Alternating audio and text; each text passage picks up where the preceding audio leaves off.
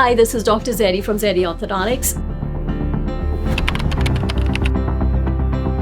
What I have realized is that when there is a clinical problem, oftentimes there's an underlying behavioral or emotional problem that is leading to that clinical problems. For example, it is not uncommon to find a child that is not cooperative. So they're not brushing their teeth, they're breaking their brackets, they're not following through with elastic wear. And it's important that we look deeper and see why are they doing what they're doing. Sometimes it can be because they feel like it's being forced on them, that the orthodontist, the orthodontics is being done to them rather than done for them. So it's really important to make sure that the child is on board and they buy into the orthodontic treatment. When I see a situation like that, at times I might, have the parent take a back seat, sit down one-to-one with the child and ask them how they feel, give them the control back, let them know that, it's really up to them.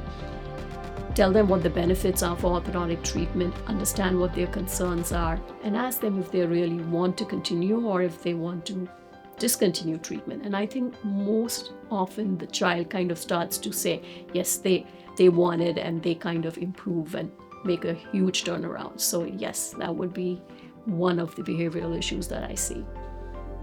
Another behavioral issue I might see is an anxious child. They are anxious, and sometimes it may be a young child who's anxious because everything is new.